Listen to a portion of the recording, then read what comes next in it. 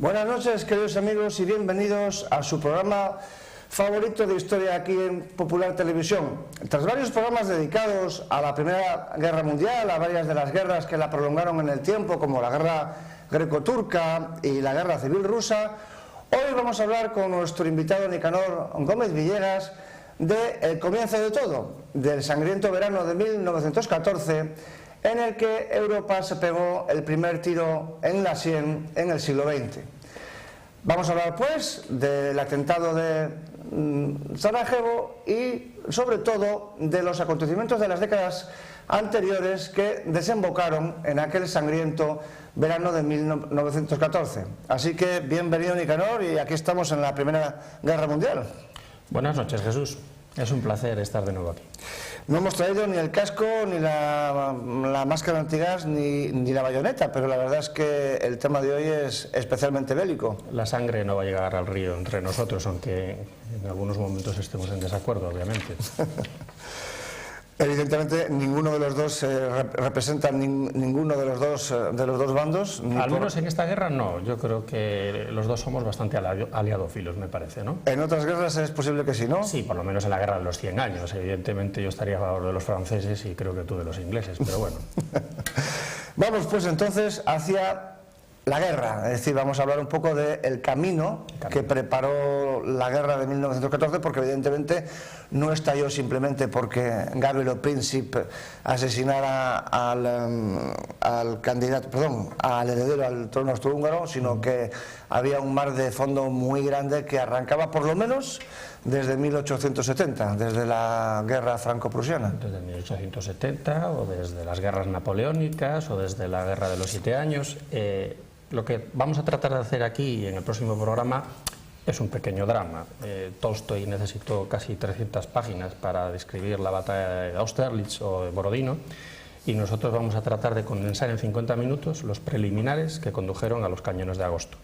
Se me antoja una misión un poco imposible y un poco soberbia por nuestra parte, pero lo vamos a intentar. Bueno, si empezamos, por no irnos a tiempos demasiado lejanos, yo creo que el antecedente esencial es la guerra franco-prusiana, y lo que precisamente Bismarck advirtió a su testarudo monarca de que iba a ser el talón de Aquiles del imperio, es decir, la anexión de Alsacia y Lorena, que evidentemente enemistaría a franceses y a los alemanes durante muchas generaciones. Bismarck, no hace falta que hablemos de Bismarck porque todo el mundo sabe quién era el canciller Otto von Bismarck. Es uno de los mayores estadistas de la historia universal y tuvo este país, Alemania, el nuevo país, Alemania, tuvo la desgracia de que el nuevo monarca, el nuevo emperador, Guillermo II, tuviera un canciller que era evidentemente mucho más dotado, mucho más inteligente que él. Probablemente eso determinó que durara tan poco tiempo como canciller de él. Entonces Bismarck tenía muy claro cuál era el equilibrio de poderes en Europa, porque conocía profundamente el Estado alemán, el nuevo Estado alemán, conocía profundamente las aristas del Estado prusiano, pero sobre todo conocía muy bien el equilibrio de fuerzas en Europa. Después de librar 3 guerras muy rápidas para construir el Estado alemán, una guerra por los ducados contra Dinamarca, que fue una guerra relámpago, Dinamarca creyó que podía librar una guerra con Prusia, aquello no duró nada. Después la siguiente guerra fue contra Austria-Hungría, Austria-Hungría se convirtió prácticamente en un Estado cliente del Imperio Alemán, y el tercer golpe fue 1870-1871, como has dicho muy bien, que es el primer antecedente de la Primera Guerra Mundial. Fue la guerra franco-prusiana, una guerra que terminó no con una paz cartaginesa, porque Bismarck no quería humillar a Francia, quería terminar con el imperio de Napoleón III, quería crear recrear el imperio alemán, el nuevo Reich, el segundo Reich en este caso, pero no quería humillar a Francia. De hecho, Bismarck yo creo que no era partidario de la anexión de Alsacia y Lorena. Yo creo que eso fue... Sí, él se opuso. Él se opuso como se opuso al imperio colonial, pero claro, eso creó una manzana de la discordia entre Francia y Alemania de la que solamente se podría salir con una nueva guerra. Entonces todo el... Fíjate que la estatua de Alsacia de la Plaza de la Concordia, que tiene ahí varias estatuas, cada una de una región de Francia, estuvo tapada con un velo negro hasta 1914. No voy mucho a París como tú, pero sí, me has contado a menudo esa historia porque bueno, es la parte de la memoria nacional de Francia, estaba en Lorena. Sí, es casi el comienzo del Estado francés, está en Lorena, y son tierras disputadas desde la Edad Media entre los pueblos de lengua francesa y de lengua alemana. Entonces, casualmente, por cierto, el presidente francés en 1914 era lorenés, sí. Poincaré. Sí, y toda la historia de Francia está llena de generales y de políticos con apellido alsaciano, que incluso abandonaron Alsacia después de la guerra franco-prusiana. El caso es que Bismarck trata en todo momento de desactivar a Francia. Y para ello llega una serie de acuerdos, sobre todo con Rusia, que era, digamos, la otra gran potencia continental. No quiere un enfrentamiento con Inglaterra, por eso no es partidario de tener una flota, porque para tener una gran flota vas a obtener, como dice siempre, un enemigo innecesario. Y luego tiene muy claro que los Balcanes es un avispero y que el Imperio Otomano es mejor dejarlo como está, porque es un factor de equilibrio continental. Entonces, todo lo que construye Bismarck entre 1871 y 1890, que es el año en el que deja de ser canciller, se desaparece en unos pocos años. De hecho, se dice que Bismarck le dijo directamente al Kaiser, en una de las últimas conversaciones que tuvo, entre la muerte de Federico el Grande y la batalla de Jena, la batalla en la que Prusia fue humillada por Napoleón, solamente hubo 20 años. Estoy convencido que nos quedan 20 años para una humillación de esa naturaleza. Y fue auténticamente agorero. 24 exactamente. Exactamente, 24 años con... Y luego dijo la famosa frase que se repite siempre, que un conflicto en los Balcanes no merece la vida de un solo granadero prusiano. Pues lo que hizo Guillermo II, que tenía una soberbia solamente comparable con con el espesor de los bosques de la Selva Negra, pues fue todo lo contrario de lo que dijo Bismarck, que era una especie de otro yo, que tenía una relación paterno-filial o de amor-odio con él muy extraña, y le llevó pues precisamente a enfrentarse a Rusia, a enfrentarse a Inglaterra y a dar amigos y aliados a Francia. Sí, porque tardó poco en romper el tratado de reaseguro con Rusia, lo cual por supuesto hizo que le pillara entre dos bandos, ¿no? Que es lo que pasó en el Es la gran pesadilla alemana. Alemania, o los sucesivos estados alemanes, prácticamente desde la Edad Media, tienen una pesadilla. Alemania es un país, o es una nación, que no tiene fronteras naturales. Entonces, Alemania no puede librar dos guerras al mismo tiempo. Alemania no puede librar una guerra contra Rusia y una guerra contra Francia al mismo tiempo. Luego hablaremos del plan Schlieffen. Es la gran pesadilla alemana. Entonces, la doctrina militar alemana desde la guerra de los 30 años prácticamente no ha cambiado. Tenemos que librar una guerra muy rápida en un solo frente y luego dedicarnos a otro. Entonces, toda la obsesión de Bismarck era evitar esa situación y huir de los Balcanes. Al darse ese abrazo del oso con el Imperio Austrohúngaro y meterse en los problemas que tenía el Imperio Austrohúngaro con sus nacionalidades y sobre todo el pulso que mantenía con los serbios, olvidó toda esa doctrina militar alemana y de repente se vio abocado a una alianza que nunca hubiera deseado, que era la alianza contraria a la que había habido en la guerra de Crimea, es decir, Francia y Rusia cogidas de la mano.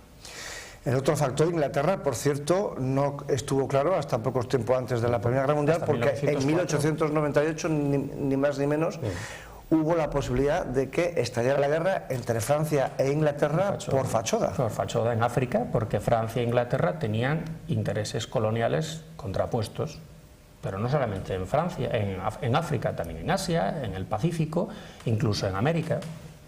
Esa era la situación. Francia e Inglaterra eran tradicionales enemigos, pero desde mucho antes de Napoleón. Es que es parte de la obsesión británica con respecto al continente era que Francia no fuera poderosa. Claro. hasta que llegó el momento que las pesadillas británicas, el Imperio alemán ocupó el lugar de Francia, y en 1904 decidieron llegar a un acuerdo, que es la diferencia entre una alianza y una entente, como sabes muy bien. La triple entente es un acuerdo verbal entre tres grandes potencias: Rusia y Francia en primer lugar, y luego el Imperio Británico. O sea, la triple entente cordiale. Sin embargo, los imperios centrales es la triple alianza. Es una alianza entre Austria y Hungría, entre el Imperio alemán, y algo muy raro, una alianza con Italia, que es un estado joven que acaba de nacer precisamente oponiéndose al Imperio austrohúngaro y que quiere recuperar territorios que considera italianos, es el famoso irredentismo, que están en manos de los austriacos. Entonces no era un aliado fiable, y los alemanes y los austriacos lo sabían de sobra.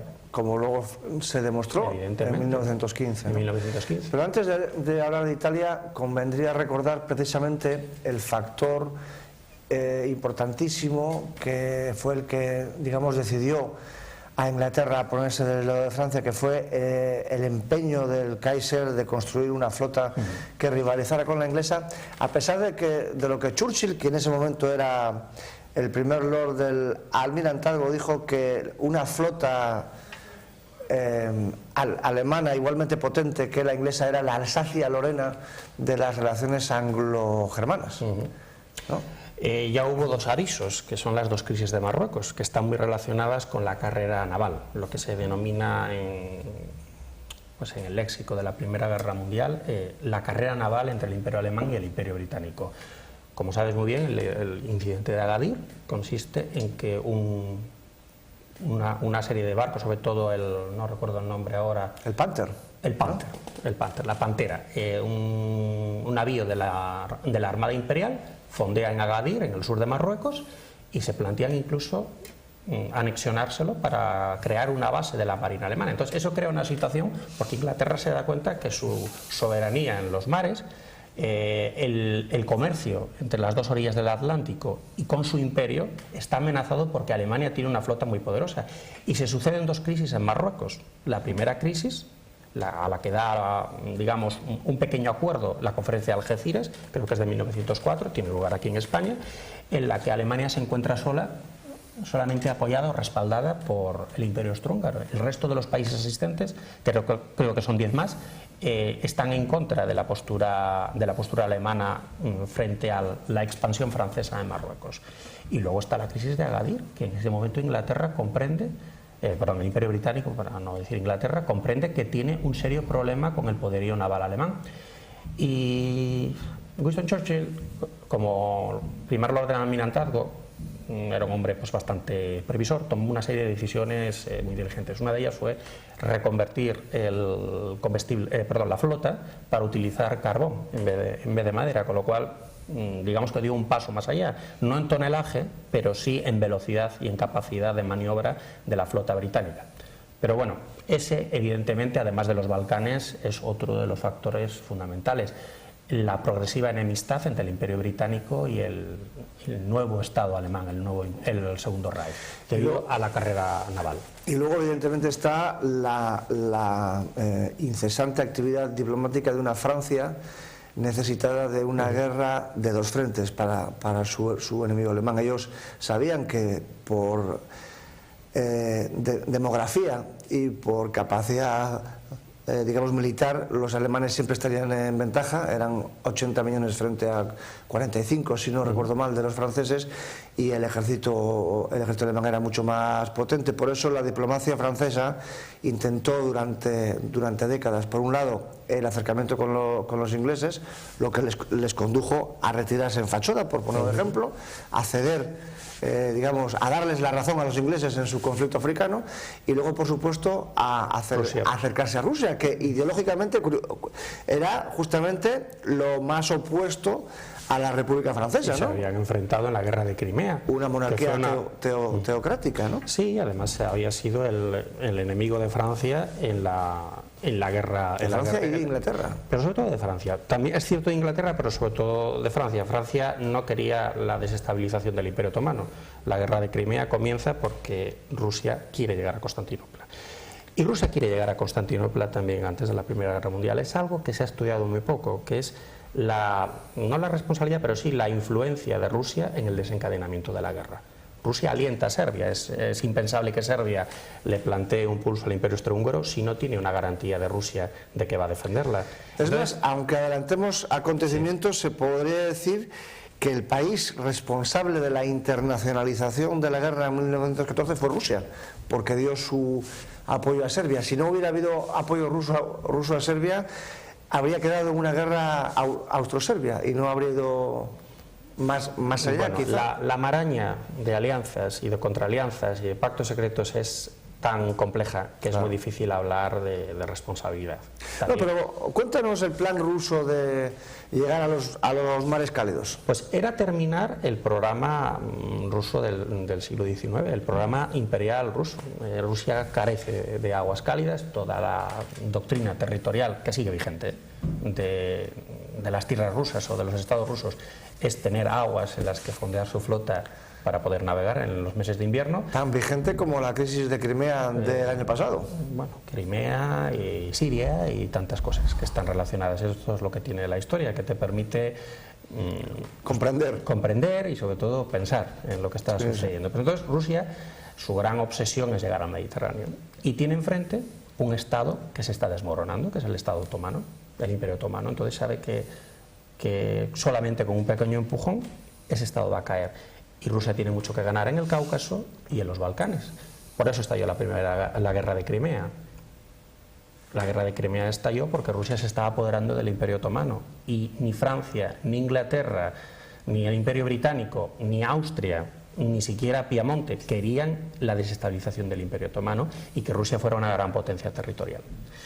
Entonces Rusia tiene una serie, como se dice ahora, estas guerras que se libran por procuración, o by proxy, que se diría en inglés.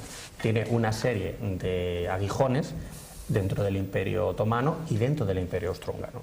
Y uno de ellos es Serbia. Serbia es un estado, como le sucedió a Dinamarca en el enfrentamiento con Prusia, que no mide la capacidad que tiene para hacer política internacional. Entonces el asesinato de Sarajevo está orquestado por los servicios secretos serbios, porque quieren crear una crisis, porque se saben respaldados por Rusia. Pero Rusia titubea antes de dar. Hay un titubeo del que ya hablaremos antes de dictarse la orden de movilización, porque los rusos saben que en el momento en que se moviliza su ejército tiene que haber una guerra, no es posible. Es como en el momento que se pone una bala en una pistola, hay muchas posibilidades de que ese gatillo se apriete. En el momento en que un mastodonte como el ejército zarista, totalmente obsoleto, es un ejército de las guerras napoleónicas, es un ejército que no ha vivido ninguna innovación en el siglo XIX, una doctrina militar totalmente oxidada, en el momento en que se produce esa movilización, todo el mundo sabe que se va hacia la guerra. Entonces, se produce una serie en julio se produce una serie de pequeñas catástrofes, errores de consideración, errores de cálculo, fallos en los servicios diplomáticos, en los servicios de comunicación y sobre todo una escasa comprensión de lo que está pensando el rival, todavía rival o adversario, no enemigo aún. Sí, sí. Y eso lleva a los cañones de agosto. Habría que explicar que la razón por la que Rusia estaba detrás de Serbia, o digamos la razón por la que Rusia no solamente en el 14 sino mucho antes siempre había apoyado a Serbia, es porque ambos eran países eslavos y ortodoxos, que era la razón por la que Serbia, por ejemplo, siempre había sido hostil a una Croacia, digamos, germánica católica frente a su eslavismo ortodoxo, ¿no? Por ejemplo, en la guerra de Serbia contra el Imperio Otomano de 1878, nuestros televidentes melómanos quizá conozcan la famosa Marcha Eslava de Tchaikovsky, y la compuso precisamente en homenaje a los voluntarios rusos que fueron a luchar por Serbia en 1878, o sea que la cosa no era nueva, evidentemente. Como el gran amor de Ana Karenina, Bronsky, que fue un voluntario zarista en la guerra de Serbia. Eran como las brigadas internacionales ortodoxas de la ortodoxia. Ellos se santiguaban con 3 dedos e iban a luchar contra los otomanos a los Balcanes. Bueno, prácticamente algo análogo sucedió en las guerras de Yugoslavia. Había muchísimos voluntarios eslavos, griegos, de todo el mundo ortodoxo, porque desde España nos cuesta entenderlo, porque no entendemos bien la ortodoxia, porque no la conocemos, pero hay un sentimiento de comunidad que, a pesar de los enfrentamientos puntuales que pueda haber, como el que se está produciendo ahora entre ucranianos y rusos, o ucranios como se dice ahora y rusos, hay un sentimiento de comunidad más intenso que el que existe en el mundo católico, una solidaridad muy grande, y tienen el Islam enfrente, que es el Imperio Otomano. Los Balcanes es una gran Macedonia, de ahí la paradoja del nombre del Estado de Macedonia, porque hay un enfrentamiento y una tensión desde la expansión del Imperio Otomano entre ortodoxia e Islam. O sea, la nacionalidad no es tan importante como la religión, como la fe. Sí. Vamos a cambiar de tercio y vamos a hablar un poco de los protagonistas, porque tienen una influencia muy grande, tanto en este acontecimiento histórico como en cualquier otro, evidentemente. Y vamos a hablar de los 4 emperadores, fundamentalmente 3 de los cuales eran primos, porque el emperador alemán, el emperador el emperador británico y el zar de todas las Rusias eran todos ellos nietos de la reina Victoria, y se trataban con diminutivos en su correspondencia. Se llamaban Nicky, Georgie. Eran primos. ¿Y cuál era el otro? Nicky, Georgie y Willy. Willy era el emperador alemán. Vamos a ver, por cierto, la imagen del Kaiser Guillermo II, primo, como digo, de sus 2 grandes rivales, el zar ruso y el emperador británico. No parece que salga la imagen, debe haber algún problema, pero no la necesitamos. Son niños que han jugado juntos, son primos, tienen sus rivalidades, Aquí tenemos al zar y al rey inglés. Son prácticamente iguales. Que son muy parecidos, como pueden ver ustedes, tanto en edad como en fisonomía, ¿verdad? Como primos que son. Cuando venía hacia acá, te he puesto un mensaje diciendo Eagle has landed. Es un guiño a aquella serie que había en nuestra infancia de La caída de las águilas. Precisamente lo que supone la Primera Guerra Mundial, ante todo, es que desaparecen de golpe 1, 2, 3, 4 imperios: el zarista, el alemán, el austrohúngaro y el otomano. Sí, sí. Y estos muchachos que se enfrentan en esta guerra, porque en el fondo es una rivalidad también un poco entre familias, un poco freudiana, entre primos que se disputaban el afecto de la abuela Victoria. El Kaiser era coronel honorario de varios regimientos británicos, de regimientos zaristas. ¿Has visto alguna vez sus fotos de niño con kilt en el castillo de Hablaba inglés perfectamente. Balmoral? Hablaba inglés perfectamente, y de hecho en la corte entre ellos hablaban en inglés cuando se veían en verano, como Alfonso XIII. Alfonso XIII, cuando estaba con ellos, hablaba inglés, porque estaba emparentado también, porque la Victoria de Battenberg era nieta de la reina Victoria.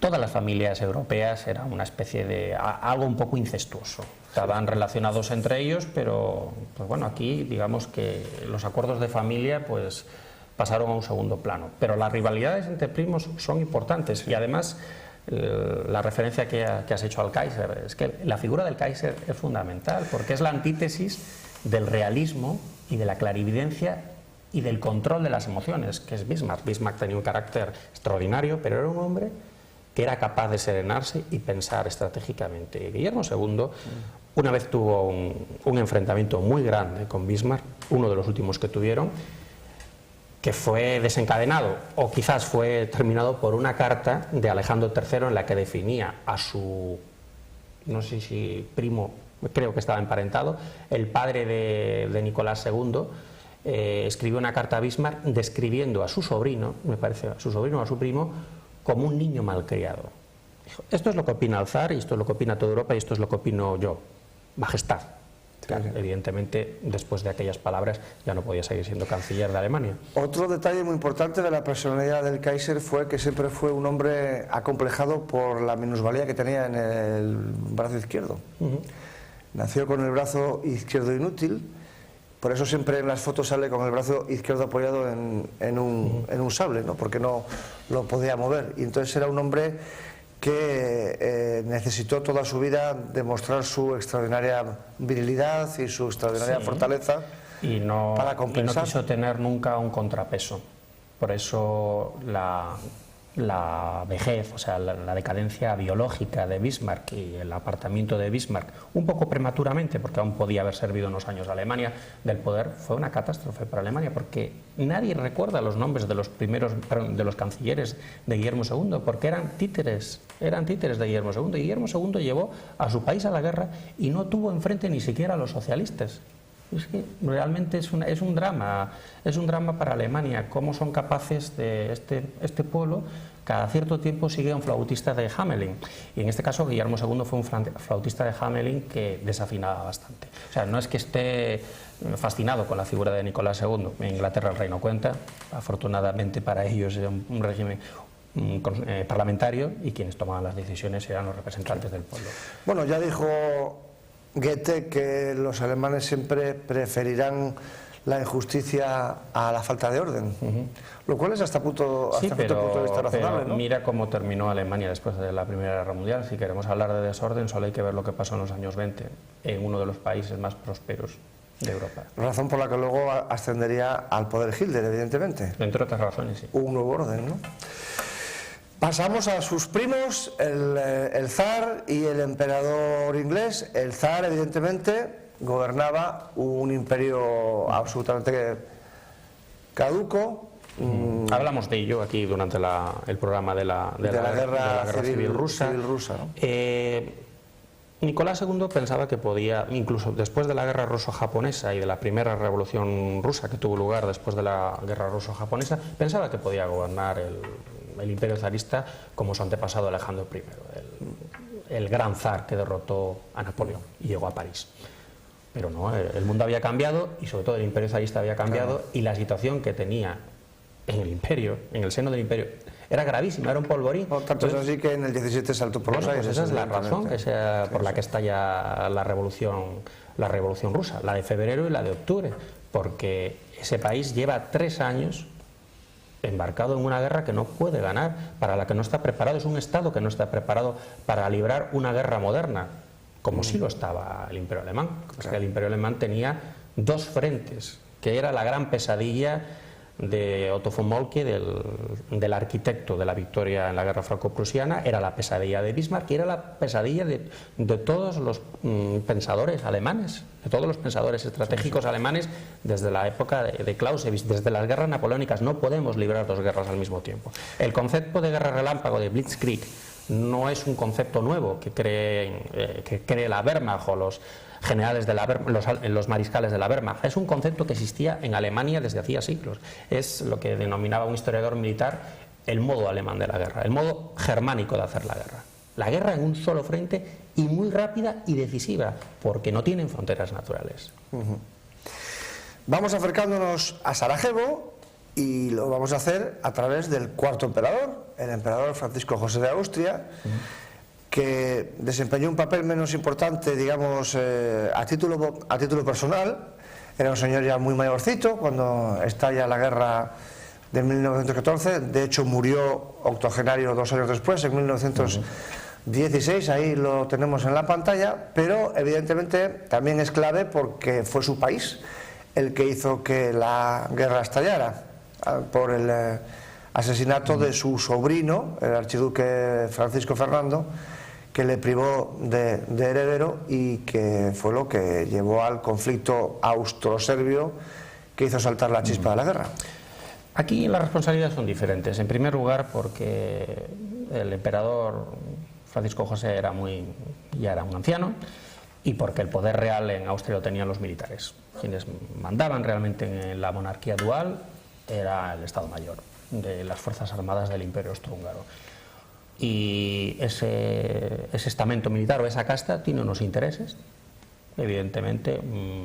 Están todavía escocidos por la derrota y la humillación en la guerra austro-prusiana, en la que fueron absolutamente expulsados de todo poder en la Confederación Germánica, y volvieron sus ojos hacia los Balcanes, hacia Bosnia, hacia Serbia. Favorecieron la magiarización de los territorios. Bueno, llegaron a acuerdo después de la rebelión húngara, se llegó en 1867 al Ausgleich, a al tratado o al acuerdo entre austríacos y húngaros para constituir una monarquía dual, pero le dejaron las manos libres a los húngaros para que resolvieran sus problemas nacionales, con los croatas, con los rumanos. ¿Con los eslovenos? Con los eslovenos. No, los eslovenos pertenecían a la monarquía, a la parte perdón, austríaca. sí, los eslovacos, quise decir. Los eslovacos. Los eslovacos, sí. Por cierto, un detalle importantísimo, una pieza, perdón, importantísima, es la inexistente Polonia, que se nos ha olvidado mencionar. Bueno, yo no utilizaría ese adjetivo, porque Polonia... Políticamente inexistente. Polonia no dejó de existir, porque existía en los corazones de los polacos, como dice la marcha Dąbrowski, el himno nacional polaco. Es un concepto muy romántico, querido Nicanor, pero en 1914 Polonia no existía. Polonia no existía en el concierto de las naciones, insisto, Jesús, pero a pesar del tercer reparto de Polonia y de la desaparición del Estado polaco, Polonia seguía existiendo en los corazones de los polacos. Y en la música de Chopin. En la música de Chopin, y en la poesía de Mickiewicz, y en la poesía de Słowacki, y en los cuadros de Korczak, en fin. Existía en el corazón y en el alma de los polacos. Fueran súbditos de mayor o menor grado del Kaiser alemán, del emperador austríaco o del zar de Rusia. Porque, como sabes, fue desmembrada en 3 repartos. Y a cada uno le tocó luchar en el ejército que le había tocado, pero bueno, contra sus propios compatriotas. Como dijo Winston Churchill cuando llegó a un acuerdo con Stalin, le reprocharon que había pactado con Stalin y dijo: si para derrotar a Hitler tuviera que llegar a un acuerdo con el diablo, estaría dispuesto a ir a la Cámara de los Comunes a hacer una moción a favor del diablo. Entonces, los polacos, con tal de obtener su liberación nacional, hubieran luchado a favor de quien fuera, porque vivieron en el siglo XIX encabalgando insurrecciones contra los rusos y grandes ilusiones, como la gran ilusión polaca de la época napoleónica. Los polacos lucharon con Napoleón porque Napoleón los manipuló, claro. creó el Ducado de Varsovia, creó una especie de Estado polaco y les dio largas con la creación de un Estado polaco. Entonces los polacos lucharon a favor de Napoleón hasta el último hombre. En España lo sabemos muy bien porque intervinieron activamente en la Guerra de la Independencia. Y luego, alguien que estudie la vida de Piłsudski, del creador o recreador del Estado polaco después de la Primera Guerra Mundial, sí, algunos estaban luchando con el zar, muy pocos. Algunos estaban luchando con el emperador, con el ejército austrohúngaro, y otros estaban luchando con el ejército zarista, con el ejército alemán, pero muy pocos estaban con el zarismo. O sea, los polacos se resignaron al yugo alemán. Vivieron cómodos con el austrohúngaro. Sí, muy cómodos, porque de hecho Galicia tenía un estatus especial dentro de la monarquía dual, dentro de la parte austríaca de la monarquía dual. Vivieron muy bien, formaban parte del establishment, había generales polacos en el ejército imperial y a su manera fueron leales al imperio. Pero con los polacos, con los rusos, Piłsudski se pasó la mitad de su vida en Siberia. Sí. Detestaba a los rusos, y bueno, yo no quiero partir aquí una lanza a favor de la enemistad polaco-rusa, porque creo que es un problema actual. Es un problema actual en Ucrania. El temor que tiene Polonia de volver a tener frontera con uno de los avatares del Estado ruso, que es la Rusia de Putin. Pero Polonia ansiaba, los polacos ansiaban ser libres otra vez y constituir un Estado. Y lucharon en la Primera Guerra Mundial no por el emperador y no por el Kaiser. Lucharon pensando en que el cambio de barajas podía resultar, y como así fue, en la creación de un Estado polaco independiente. Que es exactamente lo mismo que les pasó a los checos, que también intentaron aprovechar la circunstancia de la guerra para conseguir la independencia. Y lo lograron, pero sobre todo lo lograron porque al intervenir en la guerra, digamos que empuñar las armas e invertir sangre da una serie de derechos. Entonces los polacos consiguieron que los alemanes, en los estertores de la guerra, crearan un reino de Polonia y un ejército polaco, un estado cliente, pero ya se crearon unas estructuras que al desmoronarse el imperio alemán existía un protoestado polaco. Claro. Entonces con los checos sucedió lo mismo. Las legiones checas, constituidas con prisioneros de guerra del imperio zarista, intervinieron en la Primera Guerra Mundial, en la Guerra Civil Rusa, y al regresar al nuevo Estado eran gran parte del ejército de la República Checa, porque estaban entrenados. ¿Recuerdas el soldado Svejt, la historia de los prisioneros checos en el Imperio zarista durante la Primera Guerra Mundial? Esa gente soñaba con liberarse, porque las tierras checas habían sido un estado medieval, absorbido por el imperio alemán, por el antepasado directo del imperio austrohúngaro o del imperio austríaco anterior, pero habían soñado, tenía muchísima personalidad histórica, tanta como Polonia. Quizás no tanta como Polonia, pero muchísima. Tenía una religión, una lengua, una cultura, una conciencia, y eso aflora en el siglo XIX con los nacionalismos.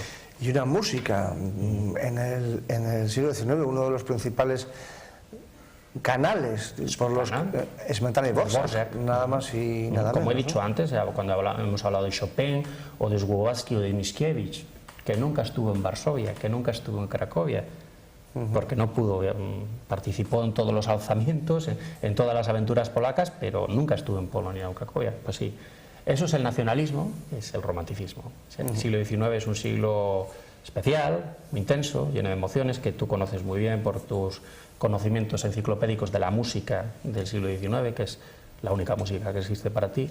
No, la única no. Bueno, casi. La más interesante. Eso. Tenemos que regresar al avispero austrohúngaro, evidentemente, porque es el punto final de nuestro programa de hoy y el arranque del próximo programa.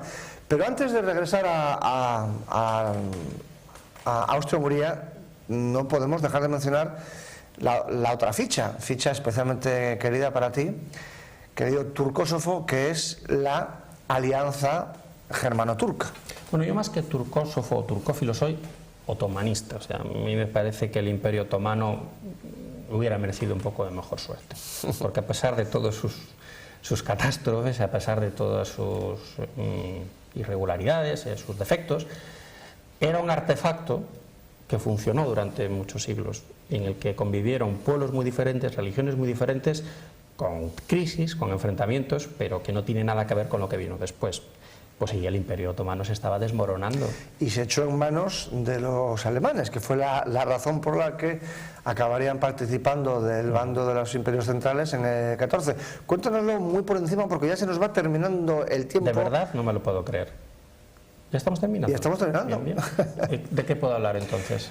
Cuéntanos, digamos, el motivo central por el cual Turquía se alineó con Alemania y Austria en el 14, porque después tenemos que regresar a Austria-Hungría. No lo llamemos Turquía, llamémoslo Imperio Otomano. El Imperio Otomano no tiene capacidad para construir un ferrocarril hasta Bagdad, que es parte del imperio, la parte central del imperio, la salida al Golfo Pérsico, Mesopotamia. ¿Quién puede ayudarle con eso? El Imperio Británico. No, están enfrentados. Francia, podría haber sido Francia. Pues el imperio alemán. Entonces hay un acercamiento cada vez más intenso a nivel de cooperación industrial, a nivel de cooperación técnica y luego militar. Gran parte de los oficiales del Estado Mayor tenían vínculos con el Estado Mayor alemán. Envervey había estudiado en Alemania, y Alemania se veía, el concepto de Estado prusiano era algo que los jóvenes turcos tenían en la mente, ¿no? Vamos a ver si somos capaces de reformar o de sanar este enfermo convaleciente a la alemana, ¿no? a la alemana. Luego además había el problema para los ingleses de que una presencia alemana en Damasco, ¿no? En Mesopotamia. Sí, digo bien. Mesopotamia. En Mesopotamia era una amenaza para la India. De hecho, quien interviene en la Primera Guerra Mundial en Mesopotamia son las tropas del ejército de la India. Es una cuestión que no tiene que ver con el Ministerio de la Guerra, sino con el Ministerio de la India, con el secretario de Estado de la India y con el virrey de la India, porque es parte de la esfera estratégica de la India y de la defensa de la India. Toda la ofensiva de Quds, fracasada, de Mesopotamia, la llevan a cabo tropas del ejército de la India, oficiales británicos y soldados indios sobre todo. Entonces, la presencia allí de oficiales alemanes, de militares alemanes y de armas alemanas, los británicos lo viven como una amenaza. Pero todo, como sabes, se desencadena a una velocidad prodigiosa con el problema de los acorazados. Los acorazados que son perseguidos al desencadenarse la guerra porque el Imperio Otomano entra un poco más tarde en la Triple Alianza. Se une a los imperios centrales en el mes de agosto-septiembre, o sea, cuando la guerra ya ha estallado. Porque dos acorazados de bolsillo alemanes que están huyendo de la flota británica, además hay un relato en los cañones de agosto fascinante de la persecución de esos navíos, se le permite pasar por los Dardanelos, se le permite pasar por el Bósforo y llega al Mar Negro. Entonces... bombardear además una población lo que hacen es obtener la bandera turca, la bandera otomana y turca, y hacen, digamos, que unas acciones de guerra no como alemanes sino como otomanos, y bombardean varios puertos de Crimea y incluso Odessa, me parece. Entonces eso ya hace que el Imperio Otomano se involucre de hoz y coz en la Primera Guerra Mundial y se eche en brazos de los alemanes. De hecho, el Estado Mayor otomano recibe órdenes del Estado Mayor alemán, exactamente igual que el Imperio Austrohúngaro o que más tarde el Reino de los Búlgaros, que es un aliado de los imperios centrales un poco más tarde. Quien manda es el Estado Mayor alemán, y todas las ofensivas o contraofensivas en muchos casos son decididas por los consejeros, que se diría ahora, alemanes, que tienen los ejércitos otomanos, unos ejércitos que no estaban preparados para la guerra. Y este enfrentamiento del Imperio Otomano contra los aliados fue lo que condujo a las revueltas árabes, a la célebre y tan cinematográfica figura de Lorenz de Arabia. Muy romántica, pero muy sobrevalorada. Y posteriormente, tras la derrota, a los protectorados, ¿no? Bueno, más que la derrota, a los tratados secretos Sykes-Picot, que explican parte de lo que está pasando ahora, de 1916, en los que los británicos le ofrecen a los judíos un hogar nacional, con la declaración Balfour, pero al mismo tiempo le están ofreciendo a los árabes un Estado unificado, pero al mismo tiempo se están dividiendo con los franceses en los tratados secretos de Sykes-Picot áreas de influencia que van a terminar los protectorados de Transjordania y Palestina, Mesopotamia y luego Siria, que bueno, pues Francia tiene su agenda y decide dividir lo que era una unidad desde la época de las cruzadas, una zona muy compleja desde el punto de vista étnico y religioso. Decide dividirlo, se divide ut impera, la creación del Líbano, la creación de un Estado alawita en los años 30, la creación de un Estado druso, para dividir a esas comunidades. Es que eso lo hacen los franceses. Sí. Bueno, así que regresamos al avispero austrohúngaro, a la gran cantidad de naciones, lenguas y religiones distintas que estaban bajo la férula de Viena, y que finalmente hace que estalle la guerra porque un nacionalista serbo-bosnio, en concreto Gavrilo Princip, apoyado, como has dicho antes muy bien, por la Mano Negra, ¿no? Por la organización secreta, pero que son los servicios secretos. Los servicios secretos serbios. Incluso ha habido documentación que ha demostrado que un alto cargo de la policía serbia ordenó el crimen. O sea, que era una maniobra dirigida desde Belgrado. Y esa fue la razón por la que Austria envió el ultimátum a Serbia. Serbia no respondió porque se sabía respaldada, o por lo menos se presumía respaldada. Ese es el problema de los ultimátums, por Rusia. Que hay que cumplirlos. Ese es el problema de los ultimátums, que no queda otro remedio que cumplirlos. Además, Francisco Fernando era un hombre extraordinariamente soberbio también, como yo creo que era cosa de familia. No era como su tío había tenido otros golpes en la vida, había perdido un hijo, su mujer sabía, en fin, la historia de su esposa, había tenido muchos dramas personales y había consagrado su vida a Austria. Era un hombre además muy austero. Pues su sobrino era diferente, pero era eslavófilo. Él tenía en la cabeza... Y sin embargo murió, como vemos en la imagen, él tenía la idea, él y su mujer, bajo las balas de un serbio. Él tenía la idea de constituir un tercer miembro en la monarquía dual para convertirla en la monarquía, no sé si triple, no sé cuál es la palabra adecuada, porque consideraba que había tantos eslavos descontentos en el imperio que el imperio necesitaba un reseteo para crear un brazo eslavo. Entonces él cultivó muchísimo las relaciones con los eslavos, sin embargo desconfiaba mucho de los húngaros. Sí. Y los húngaros los húngaros sabían que iba a ser rey de Hungría, porque el emperador es rey de Austria y rey de Hungría. Perdón, emperador de Austria y rey de Hungría. Es lo que se llamaba Kaunka, Kaiserliche und Königliche, Kakania de Musil. La monarquía imperial y real. Y el emperador de Austria era rey cuando estaba en Budapest. Pues Francisco Fernando tuvo la idea muy creativa, lo digo en el buen sentido de la palabra, de dar una voz a los eslavos, que constituían una parte muy significativa del Imperio Austrohúngaro, una voz en el gobierno del imperio. Pero bueno, ese plan, evidentemente, pues como has dicho, por el disparo, un disparo de una pistola en Sarajevo, se fue al garete. Y también se ha ido al garete nuestro programa, querido Nicanor, porque siempre, ha terminado, ¿no? Siempre que hablamos de cosas interesantes, el tiempo corre que vuela. Podríamos hablar de muchos libros que hablan de todas estas cuestiones. Evidentemente está el de los cañones de agosto de nuestra admirada Bárbara Tuchman, pero yo creo que es mejor hablar de él en el próximo programa, que habla directamente sobre los cañones de agosto. Así que supongo que compartirás conmigo el criterio de que este libro de Margaret Macmillan, 1914, de la paz a la guerra, que muestro a las cámaras, pues pero que se vea claramente que lo edita Turner, para que la editorial Turner, para que se vea que apoya este programa y a su presentador.